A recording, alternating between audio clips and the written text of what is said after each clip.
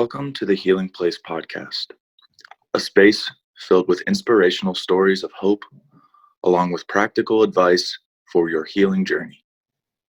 Your host is Teri Wellbrock, trauma warrior, writer, speaker, blogger, therapy dog handler, and founder of the Sammy's Bundles of Hope project.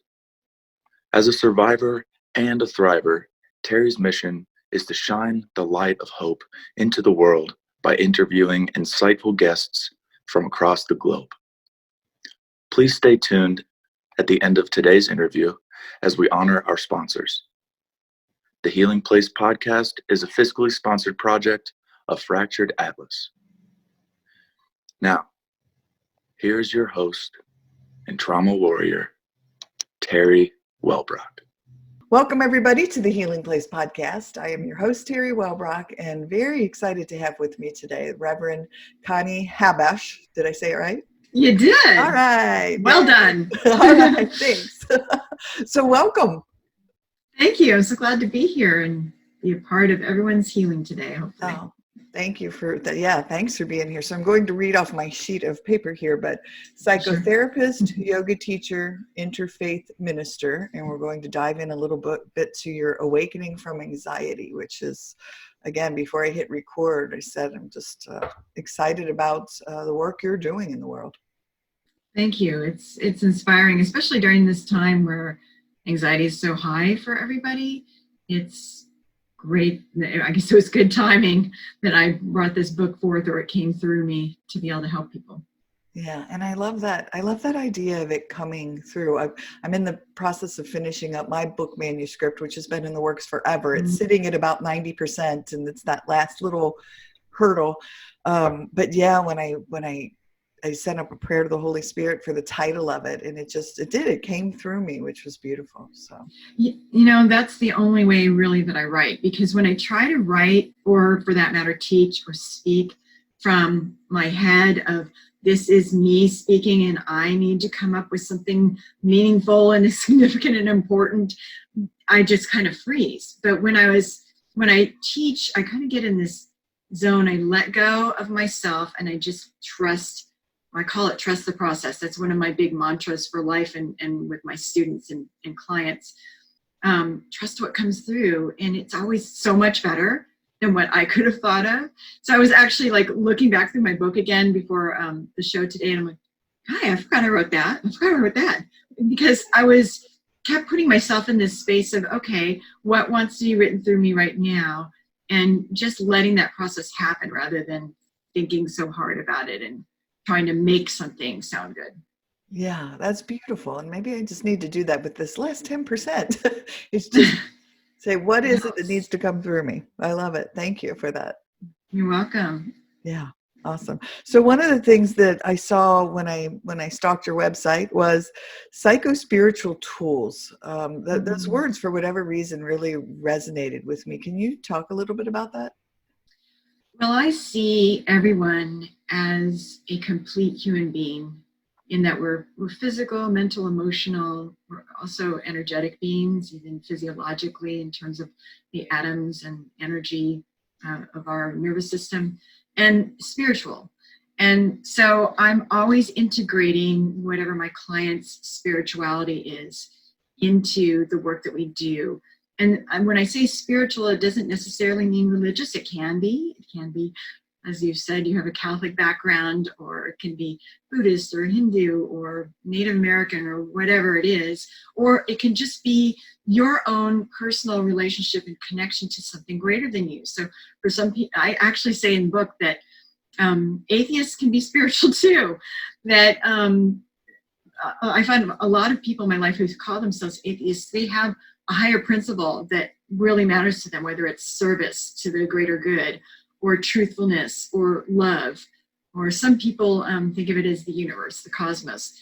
So to me, spirituality is we have a connection to and a relationship with that something greater in our lives, and that's an important guiding principle for us, an important avenue from which we discover meaning for ourselves and purpose for our life. Yeah, and beautiful. And I love that encompassing like the whole person, because how many times it's just the focus on healing the body or healing the Right. mind, or Right. when really, particularly when we talk about trauma and anxiety and the impacts of anxiety, it's usually anxiety a lot of times is trauma related. Absolutely. And so it's impacted us on a spiritual level just as much so as on a physiological level. Absolutely. And that our spiritual connection, whatever that is for us, is such an important part of the healing process. And many people don't recognize that, but when we can bring that in, then you have the support of the infinite, right? Then you have the support of something that is all-knowing, all-powerful, everywhere present. I mean, what better ally, right? What better support system in your life can there be than that in your healing, than calling upon that infinite source? Yes, amen. It's certainly a big part of my healing journey. Yes, I utilized all of these healing modalities and filled this toolbox, but prayer and faith and that spiritual connection is a big part of it as well. Mm-hmm. Yeah, wonderful. Absolutely. All right, so yeah, awakening from anxiety is. Do you want to talk about what the book entails? Sure. And I can actually talk about the title itself because it's got a dual meaning. So on the one hand, of course, people want to feel better, right? People want to come out of the anxiety and find that inner peace and inner calm. But I also use the words awakening from anxiety in terms of that the very emotions that give us trouble, like anxiety, fear, worry, but also other emotions like anger or depression, can actually be the portals and the gateways into greater spiritual awakening, greater connection to something bigger than us, deeper meaning, more fulfillment, more sense of oneness, and of course, more inner peace. Yeah. And which is what we're striving for, right? Is that inner Absolutely. peace. Yeah. Mm-hmm. That's wonderful. So in the book, I explore different kinds of spiritual principles and yoga philosophy, and then I have 7 keys to overcoming anxiety and returning to your divine, calm, confident self. Yeah, that's awesome. So what did you say? There's 7? There's 7 keys, Okay. and we can go through at least a few of them, maybe all of them. Sure, I'd love you to. Absolutely. Sure. And to me, the foundational key, which is the first one I talk about in the book, is presence. So presence is similar to mindfulness. I define it as bringing your awareness and attention into the present moment as it is, not as the stories we tell about the present moment in our mind, but as it is, with an open heart and a quiet mind. Quiet mind meaning not necessarily be able to make your mind completely silent, because anyone who's tried meditation knows, like, I can't seem to get my mind to quiet, right? But that we're letting go of our attachment to the thoughts. We're just kind of letting them go on through and returning to what sometimes has been described as the space between the thoughts, that silence, that inner quiet and stillness. So we bring our awareness, we become conscious of what is here in this present moment, and our attention focused on right here, right now, trying to quiet the mind and open the heart to just how it is. Because most of the time, I think we're honest about this, and I know I've done this myself, I talk about in the book, we are actually narrating our lives rather than being present in our lives. We're telling a story about how it is. And when we're dealing with anxiety, it's usually not a great story, right? It's usually like, oh my God, this is going to get worse. And what will it be like if it's like this? And oh my gosh, a time when I was in pain like that, is it going to get like that? And so we're telling this whole story that keeps perpetuating the very thing that we're trying to get out of, right? Worry, fear, stress, anxiety.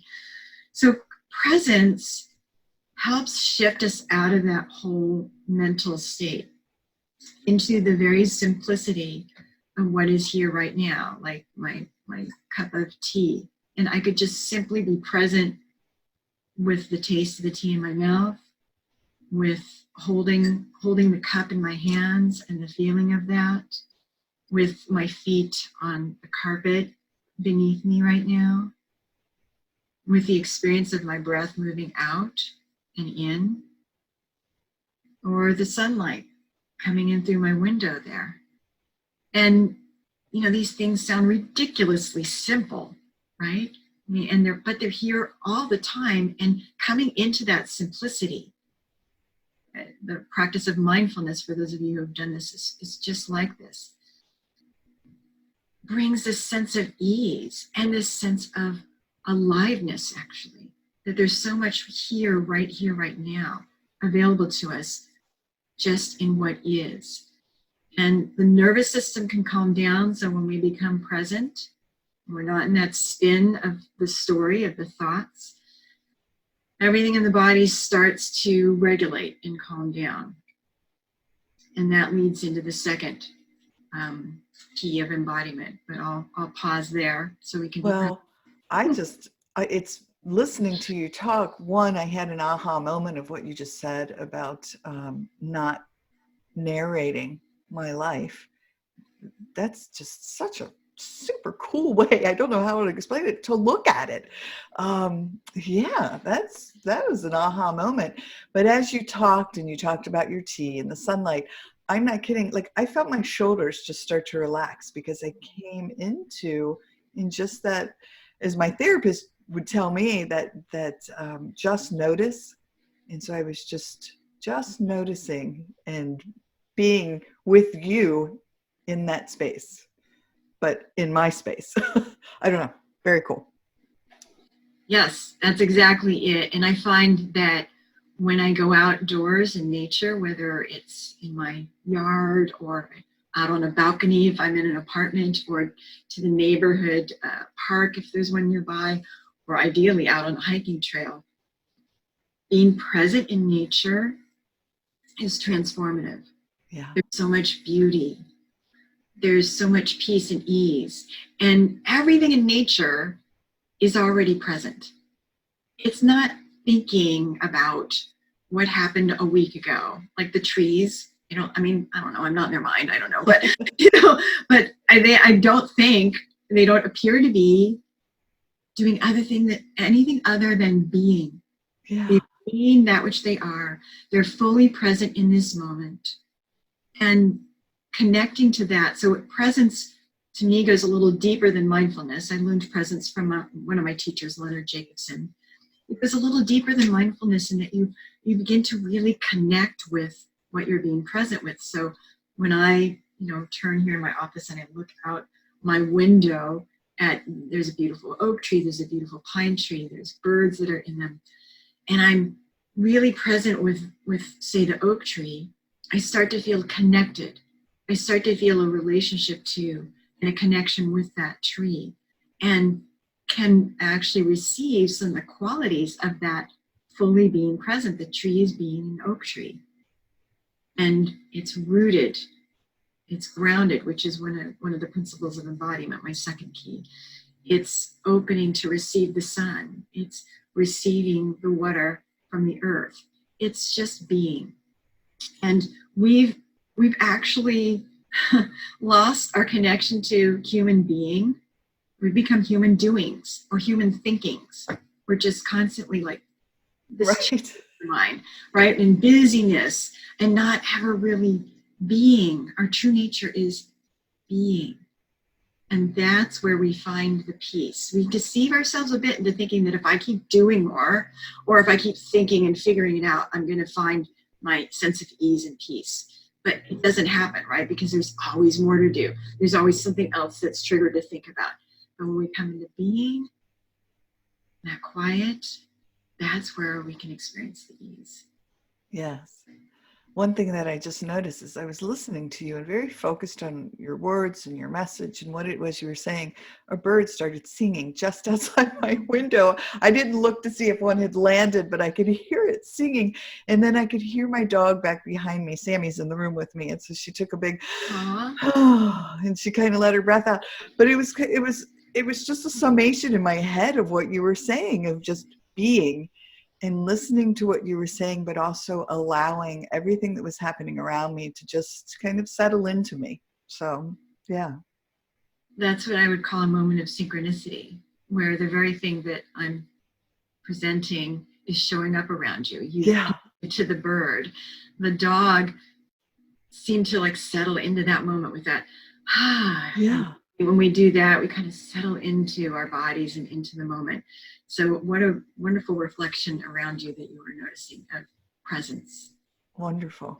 Well, we said we were going to do that. Let's let it flow, and it just Exactly. flowed. I have goosebumps on my left arm, so Yay. I love it.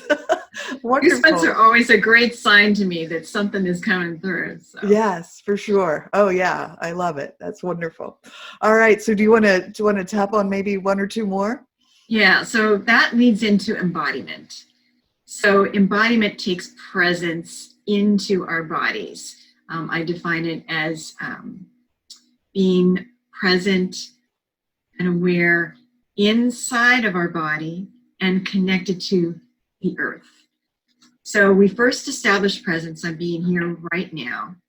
And then I'm coming into the experience in my body. And a lot of people might think like embodiment sounds like a no-brainer.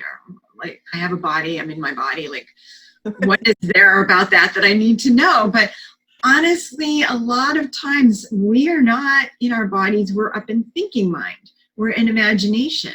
We're in the past. We're in the future. We're everywhere, but right here, right now. And we don't tend to go down inside of our body with our awareness. We tend to look at our body. So think about how much we look in the mirror. And that is our experience of our bodies, not what am I feeling inside here right now.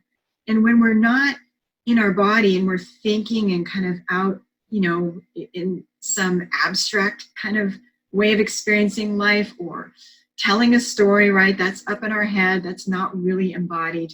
The body literally can feel that we're not really present in it. And it sets it up more for fight or flight, more for this or freeze now, fight, flight, or freeze, more of this sympathetic nervous system reaction to the world. Like, okay, the person, the being that's supposed to be in here isn't really here. It's over there worried or imagining about that. I'm crossing the street and somebody better be paying attention, right? Like how many people are doing this, walking across the street now? Unbelievable. But somebody better be paying attention. So it's our nervous system that goes into that high alert. I better be paying attention because something could happen. And so we set ourselves up by not really fully being present in our bodies for that state of agitation that creates more anxiety. So coming into our bodies in a palpable inner awareness of what am I feeling, what am I experiencing, what am I sensing inside. We use our senses. We especially use the sense of feeling. Like I'm touching my belly right now because a lot of times we're just not, we might feel our fingertips in our body, but we don't feel like in our bellies. When we come into that, it's like coming home. It's like one of the metaphors that I use with people is think about, do you have kids? Yes. Maybe there's probably people out there that have kids or have been around like their nieces, nephews, or whatever.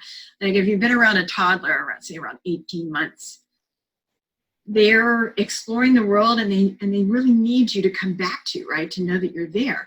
Well, imagine, I mean, no one would do this, thank God, hopefully, that you had a toddler and you're like, well, sweetheart, I'm going to go to the mall for a couple hours. I'll be good luck. Have a good time. That toddler would be like freaked out, right? I mean, what could happen to them? They could get into all sorts of trouble. They could hurt themselves. They could get into danger. That's how our body is when we're not in it. Our body's like freaked out, like nobody's home. Nobody's running the ship. No one's taking care of me. So I've got to be really looking out and paying attention. And unfortunately, and this is how we trip over curbs and stub our toes. A lot of times is that we're not really present. Yeah. So I guide people into how to be in their body, what that means, and how to connect to the earth. So by connecting to the earth in a mindful way, like trees do, we actually feel more stable, more calm, more supported. You know, trees, in order for them to grow up, what do they have to do? They have to root down, right? Otherwise, they'd be top heavy and unstable. So when we're up in our heads and not really feeling our bodies, we're top heavy and easily thrown off by whatever comes along, right? Whatever's in our life that's upsetting or difficult, because life has that sometimes, right? Right.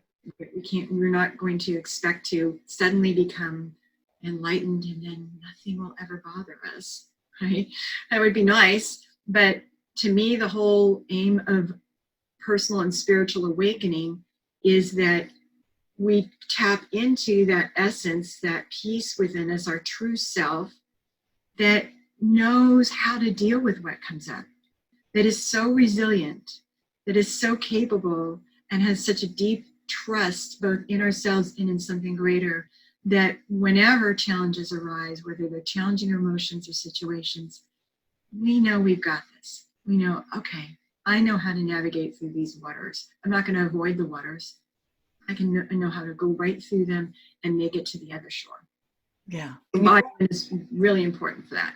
You brought up a really good point when you said in knowing how to navigate those waters and knowing how to do so, because I know, again, going back to trauma history, myself and I know others who have experienced it have dissociation, or I was terrified to be in my body because I was afraid of the panic attacks. I was afraid of the anxious feelings. And so I remember therapists prior talking to me about breathing techniques. Well, I couldn't do it. I couldn't focus on the breathing because it brought attention to the fact that, oh my gosh, I'm in my body. And it was a terrifying thought. It wasn't until I learned so many of the coping skills that then I was able to be like, okay, now I can be in my body. I'm glad you brought up dissociation. It's something I talk about in my book. Obviously, if I'm talking about not being in your body, leaving your body, that's in psychological terms, that's dissociation. And I didn't realize actually for many years that was my primary coping mechanism, was dissociating, or going into my imaginal realms, or just not really being right here. And I never realized that, and this has actually been documented, that so at first we learn it as a coping mechanism to deal with anxiety or to deal with a trauma or to deal with an unsafe situation. But then the act of dissociating itself can actually trigger more anxiety for the reasons that I just laid out about not being embodied, and the nervous system can't shift from sympathetic, which is the stress response, to parasympathetic, which is the relax and digest, the peaceful, calm state in us. Can't shift into that if we're constantly dissociating. So our journey home again, in healing from trauma and healing from things that trigger our anxiety, is to learn that this place here in the body is safe now. Yeah. The presence practice really helps us with that, because it helps us to hear this moment in time. Right here, right now, I'm not back in that situation. I'm sitting here at my desk, and my feet are on the floor, and I have my chair at my back. There's no one else here. I'm talking with you, and helps us get back to here in this present time and find that the body is actually safe now to be in. Yeah. And again, I think it is such a powerful moment when those with anxiety and panic and symptoms can come back and be in the body, because it is like being home. I love the way you worded that. To be able to finally be like, okay, I am safe, and it's okay.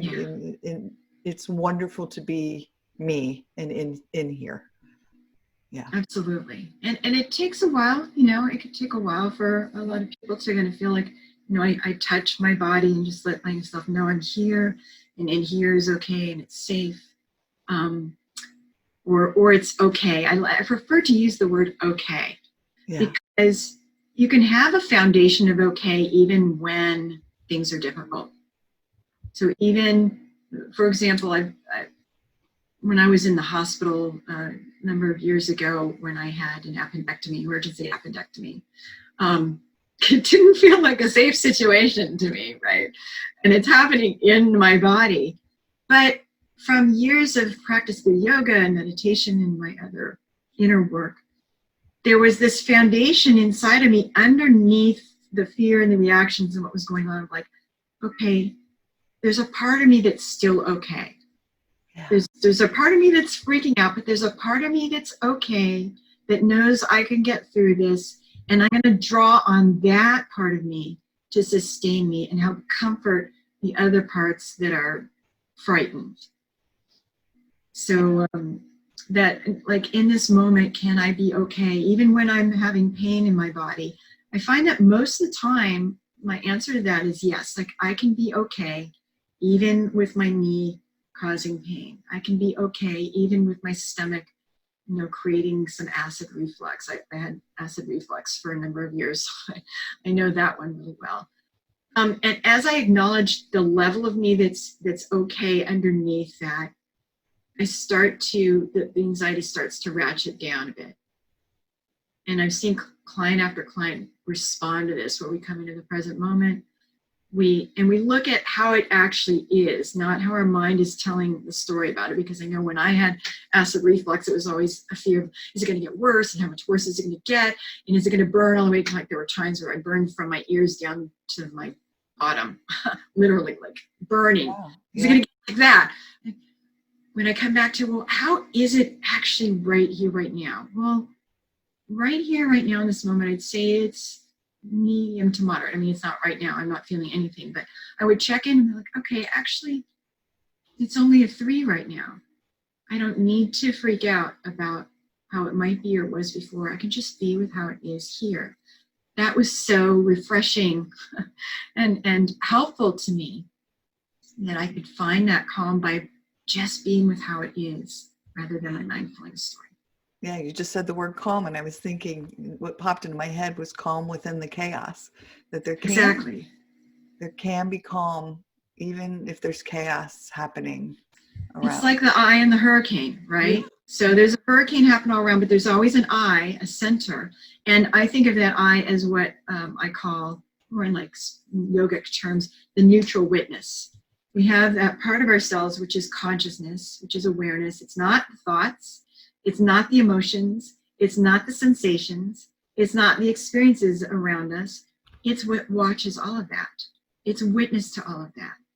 And when we can step back a little more into that witness consciousness, there's this little space and distance from our reactions and our emotions and our triggers. And like, okay, from that place, I have choice.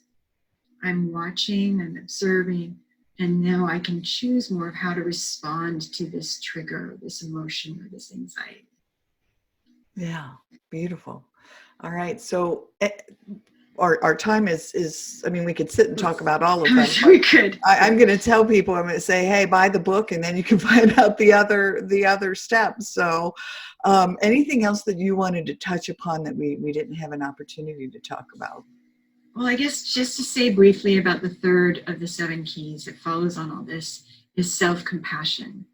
And to remember that you're not expected to be perfect or to do anything perfectly, that you're going to make mistakes, we all do, that we're going to have times where our triggers come up.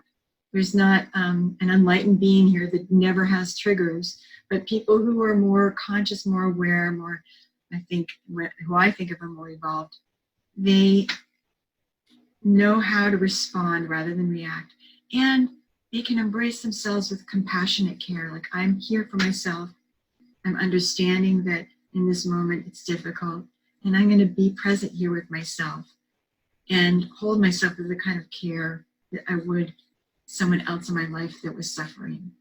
So to remember to bring in that self-compassion for yourself and be patient and trust the process, that as you practice these simple keys, these simple practices that I lay out in the book, things will be able to shift for you. Yes. And one thing that if you could just touch upon is someone I was speaking to recently was talking about self-compassion, but struggled with it because this person considered it selfish. He thought he was being selfish by being self-compassionate. Well, there is a concern about selfishness. People think, especially spiritual people think you're supposed to be never supposed to think about yourself. You're supposed to think about others. But again, that's like putting ourselves, and something I talk about in my book about feeling the pain of the world. It's one of the 6 spiritual mistakes I talk about in there that actually increase your anxiety. That when we're always focused on, other people's suffering, first of all, we can actually absorb some of their suffering and pain and kind of feel it ourselves, which doesn't help us any. It doesn't make us more effective at helping them. We're just a puddle of mess now, right? And that by caring for ourselves and what comes up for ourselves, we can actually be of more service to others, because then we'll bring ourselves back to feeling more whole within, feeling more steady and stable and grounded within, feeling more present in this moment. And there was one other thing I wanted to say about that. That a lot of people confuse self-compassion with self-pity. With like, does that mean I'm going to have a pity party and feel sorry for myself? It is not at all that. It's not about ruminating and going, how terrible it is that I feel this way. It's really about, in this moment I'm feeling pain and I'm here for myself and I'm acknowledging that, and I'm going to be kind to myself right now, and I'm going to recognize that, yes, I'm suffering and there's other people in the world right now that probably feel very much like this. I'm just going to take some time to breathe and be here with that part of me that's afraid or stressed out. That's self-compassion. And with an openness to that feeling of anxiety, with an openness to understand it, and to maybe learn from it. What is it trying to guide me to? And I talk about that. Those are like steps 4 and 5, keys 4 and 5 in the book. Wonderful. All right. Well, I love it. I could sit and talk to you for hours on end, I'm sure. I love it, Teri. All right. So how do people get a hold of you? Where do they find you? My website is Awakening Self, like yourself, awakeningself.com. And on there you can find all kinds of resources. I have lots of articles and radio shows and podcasts like this. And then, of course, my book, Awakening from Anxiety, a spiritual guide to living a more calm, confident, and courageous life. You can find it on Amazon and Barnes & Noble and Indie Books, or you can order it from your local bookstore. Wonderful. All right. Well, it's just been an absolute honor to have you here with me and share your beautiful insights. And I thank you for the work you're doing. Thank you, Teri. It's been such a blessing. And thank you for having the healing place to help and support others in their journey. Oh, thank you very much. All right. Well, everyone, thanks for joining us here today. Remember, you can check out the podcast on YouTube, as well as listen on iTunes, Spotify, Google Podcasts, Pandora, and other audio outlets. All right. Well, until next time, remember, be gentle with yourself. Thanks. Bye-bye. Thank you so much for listening today to the Healing Place podcast with your host and trauma warrior, Teri Wellbrock. If you enjoyed this episode and want to learn more about Teri, her mission, and the Hope for Healing journey, visit Teri's website at www.teriwellbrock.com. Thank you for liking, commenting, sharing, and offering your reviews on our YouTube channel, audio outlets, and Facebook page. And as Teri reminds us, until next time, remember, be gentle with yourself.